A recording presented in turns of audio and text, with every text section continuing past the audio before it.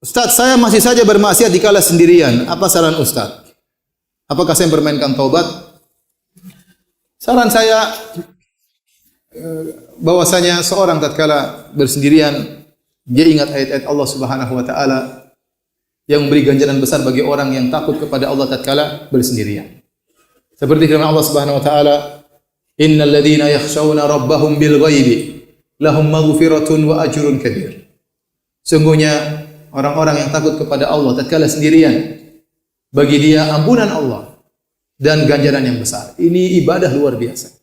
Ibadah takut kepada Allah tatkala bersendirian itu ibadah luar biasa. Sampai-sampai Allah berikan ganjaran luar biasa, maghfirah, bagi dia ampunan. Wa ajrun kabir, dan ganjaran yang besar.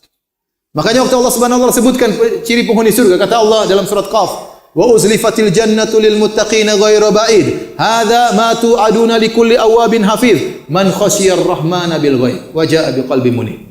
Inilah tatkala surga didekatkan kepada para penghuni surga. Inilah yang kalian dijanjikan dulu tatkala di dunia. Allah sebutkan ciri-ciri mereka, di antaranya man khasyiyar rahmana bil ghaib. Orang yang takut kepada Allah tatkala bersendirian. Di antara tafsiran salaf dalam surat Ar-Rahman kata Allah, waliman khaufa maqama rabbih jannatan. Bagi orang yang takut akan agungnya Rabb Allah Subhanahu wa taala, dia mendapatkan dua surga. Di antara tafsiran para salaf yaitu orang yang tidak bermaksiat tatkala bersendirian, dia ingat kepada Allah Subhanahu wa taala. Ini yang pertama, dia ingat ganjaran-ganjaran tersebut, dan ini jihad, perjuangan bagi dia untuk bisa mengalahkan syahwatnya tatkala dia bersendirian. Yang kedua, dia berdoa kepada Allah Subhanahu wa taala. Ya. Wa as'aluka khasyataka fil ghaibi wasyahada. Allahumma inni as'aluka khasyataka fil ghaibi wasyahada. Ya Allah, aku mohon kepada Engkau rasa takut kepadamu fil ghaibi wasyahada, tatkala bersendirian maupun tatkala dilihat oleh orang lain. Yang ketiga, dia berusaha berdoa dengan semaksimal mungkin, dalam salat malamnya, dalam sujudnya dia menangis minta kepada Allah Subhanahu wa taala. Kemudian yang berikutnya, yang ketiga, dia harus tahu bahwasanya hal-hal yang haram tersebut ada candunya. Maksiat itu ada candunya. Sebagaimana seorang merokok ada kecanduan, sebagaimana orang morfin ada kecanduan, sebagaimana mukhamar ada kecanduan, melihat hal yang haram juga ada kecanduan. Maka dia harus lawan rasa candu tersebut dengan menjauhi, maksa dirinya untuk menjauhi hal tersebut dalam jangka waktu yang lama, agar kecanduan tersebut mulai mereda dan akhirnya hilang dengan izin Allah Subhanahu wa taala. Orang kalau ingin berhenti rokok, apa caranya? Dia berusaha tidak merokok dan dia menjauhi orang-orang yang merokok. Segala hal yang bisa membuat dia kecanduan rokok kembali dia jauhi. Ya.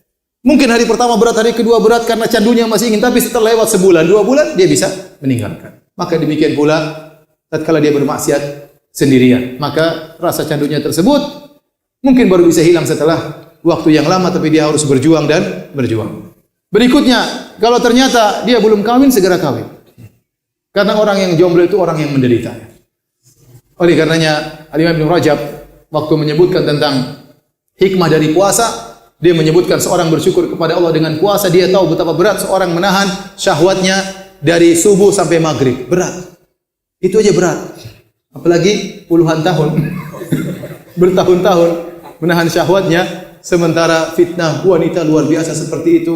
Dia bergejolak syahwatnya, entah kemana dia mau lampiaskan. Maka orang yang belum menikah segera menikah. Semoga dengan pernikahan tersebut dia bisa menyembuhkan penyakitnya dari bermaksiat tatkala sendirian. Berikutnya, kalau dia tidak bisa melaksanakan itu semua, dia tetap terjerumus dalam kemaksiatan, terus bertobat kepada Allah Subhanahu wa taala. Jangan pernah suudzon kepada Allah, terus menangis. Kapan dia bermaksiat, segera menangis, minta agar Allah Subhanahu wa taala menghindarkan dia dari dosa ini. Wallahu taala alam bissawab.